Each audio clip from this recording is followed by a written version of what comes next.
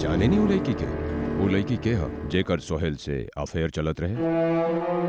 नो सर, हम वो लड़की के बारे में तो नहीं जानत, पर हाँ प्रांजलि हमके बतवले रहे कि वो उहे चैनल में काम करेले जेकरा पे ओकर शो टेलीकास्ट हो रहल बा। मिस्टर वर्मा। जी सर। ये लड़की के बारे में जल्दी से जल्दी सब पता लगावा। यस सर। ये सब होखला के बाद प्रांजलि सोहेल के छोड़े के मन बना ले रहे। आप इमेजिन ना कर सकेनी कि वो कितना ज्यादा तकलीफ में रहे, वो ट्रॉमा में रहे। साहब वो इंसान एगो मासूम बच्ची के बिन माँ के कर देलस। ऐसा इंसान खोले आम कैसे घूम सकेला?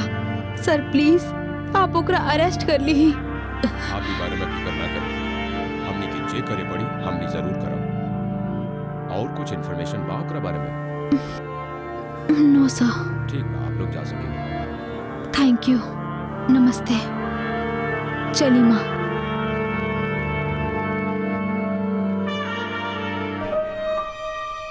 वर्मा। जी सर। हमरा postmortem report, forensic report check करे के बा और उन लड़की से बात भी करे के बा। ठीक बात है सर। हम माना तनी प्रांजलि हमके और सोहेल के गाड़ी में एक साथ दिखले हुई हैं, बट हमने के खाली दोस्त बानी, हमने के बीच ऐसा कुछ नहीं के जैसा आप बतावतनी। Are you sure? Yes sir, I am sure. एक बार फिर से सोच लो रजनी। सर हम और सोहेल खाली अच्छा दोस्त है जा, और ओकरे अलावा हमने के बीच कुछ ना रहे। झूठ बोला ताड़ू रजनी। तोहरे कोनो दोस्त हमरा के बतैले बा तोहार सोहेल के साथ अफेयर रहे। सर के बोलस? के हऊ?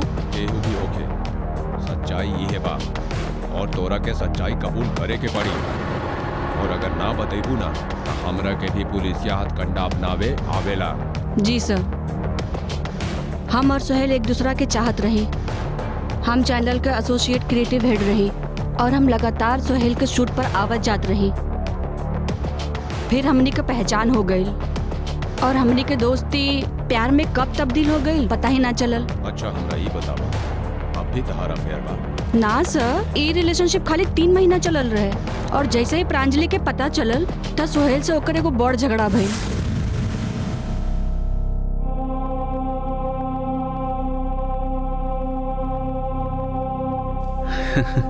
आलिया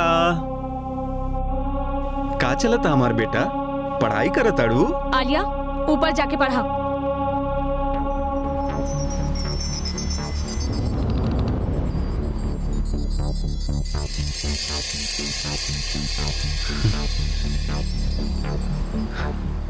का भइल?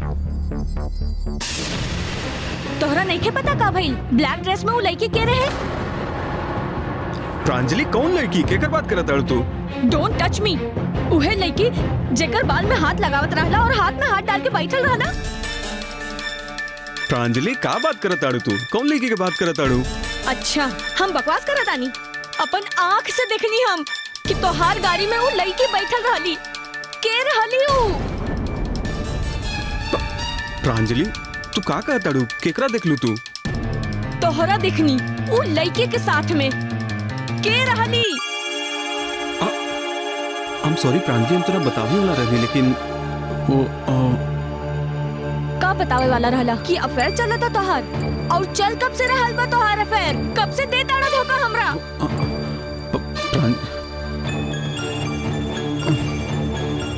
3 महीना से।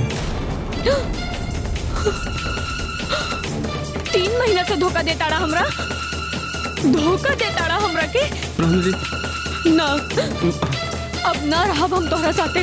डिवोर्स चाहिए हमरा तोहरा से, डिवोर्स। डिवोर्स? पागल हो गई बाड़ू प्रांजलि, कैसे बात करत अड़ू? डिवोर्स काहे देबू तू हमरा? पागल हम हो गई नी? ना रहब हम तोहरा साथे, ना रहब। Try to understand Pranjali please. छोड़ा हमरा के। प्रांजलि प्लीज काम डाउन, एक बार हमारी बात सुना, एक बार हमारी बात सुना प्लीज। देखा हमरा माफ कर प्रांजलि, हमरा हमार गलती के एहसास है। I love you Pranjali, please Alia के बारे में सोचा। हमरा कुछ नहीं के सोचे के, और हम डिसाइड कर लेने कि हम कल सवेरे जात आनी। कल सवेरे नम्रता दीदी के सब बता दे। ना रहे के बा हमरा तोहरा साथ। Pranjali Pranjali I am sorry Pranjali.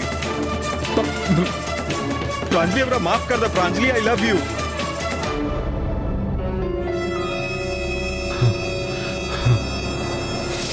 सर सोहेल के ओकर इज्जत बहुत प्यारा बा। वो प्रांजलि के डिवोर्स के अगेंस्ट मना ले रहे ओकरा पता रहे कि प्रांजलि और ओकर बीच में अगर तलाक हो जाई तो ओकर बहुत बड़ा बदनामी होइत। यही से ऊ हमरा से दूरी रखकर बेहतर समझलस। और फिर का, फिर हमनी का ब्रेकअप हो गई। अच्छा तू हमरा ये बता सकता कि सोहेल के वाइफ के मौत के पीछे सोहेल के हाथ बा? सर हमरा नहीं के पता ओकर हाथ बा कि ना। सर जैसे ही प्रांजलि के हमनी के रिलेशन के बारे में पता चलल तो वो डिप्रेस हो गई रहे। सर सर सर सर सर सोहेल सर कहाँ है सोहेल जी? सर बताइए तो। सर हम जानना चाहते नहीं सर। देखी, हमनी के जांच के अनुसार सोहेल के कोनो दोसर औरत के साथ अफेयर रहे।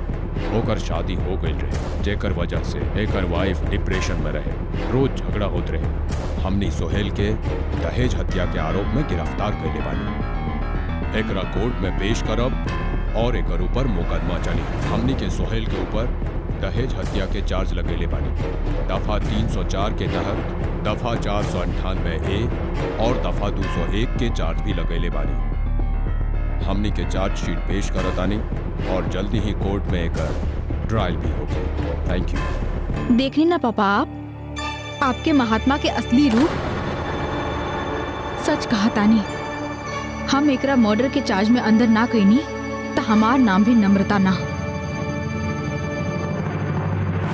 सर प्रांजलि के मौत के बाद आलिया के कस्टडी प्रांजलि के माँ और उसके बहन नम्रता के मिल गई, लेकिन 2001 में सोहेल बेल पे रिहा हो गई। देखिए, जैसा कि हम आप लोग के पहले भी बतैले रहे कि केस में हमरा फंसावल जाता और आज भी हम वही दोहरावतानी। नम्रता दीदी आलिया कस्टडी पावे खातिर ये सब करत रही। और रहल सवाल उ लड़की के जे हमार गर्लफ्रेंड हुए के दावा करत रही, तो हम ओकरा जानीला जरूर, काहे कि वो हमरे टीवी शो में एसोसिएट क्रिएटिव हेड बाड़ी। लेकिन हमने दोनों के बीच में कोनो रिश्ता न रहे, वो भी नम्रता दीदी के प्लांट के लेगो तो सोहेल जी आगे आप का करो? देखिए, सबसे पहले तो हम अपन बेटी आलिया के नम्रता दीदी के चंगुल से छुड़ाए के कोशिश करब, और ओकर बाद आपन ऊपर लगल सारा झूठा इल्जामात से निजात पाए के कोशिश करब। सर लेकिन सर बताइए सर रुकिए सर, सुनिए तो। तू यहाँ का करत आड़ा? तू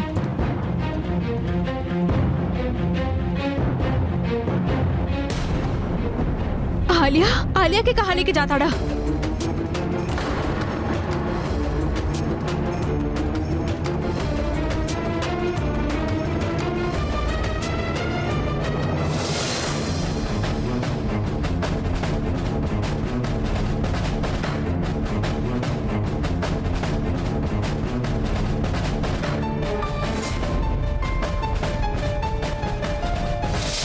नम्रता और लीला देवी जी जान लगा के ट्राई करत रही कि सोहेल के आईपीसी धारा 302 के तहत मर्डर खातिर गिरफ्तार कर जाओ, और दूसरा तरफ सोहेल अपन लाइफ अपन बेटी आलिया के साथ बहुत ही अच्छा से जियत है।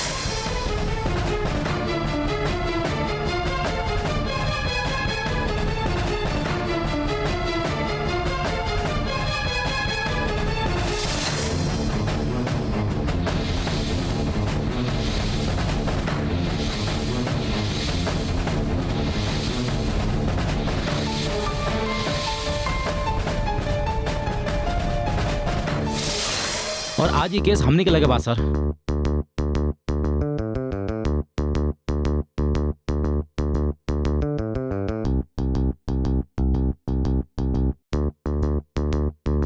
मिश्रा, सबसे पहले पोस्टमार्टम रिपोर्ट, फॉरेंसिक रिपोर्ट दोनों के री-वेरीफाई करवाओ और एगो फ्रेश मेडिकल बोर्ड अपॉइंट करा। हमारा शक बा पिछला फॉरेंसिक टीम जरूर कुछ ना कुछ मिस कैले हुई है। सर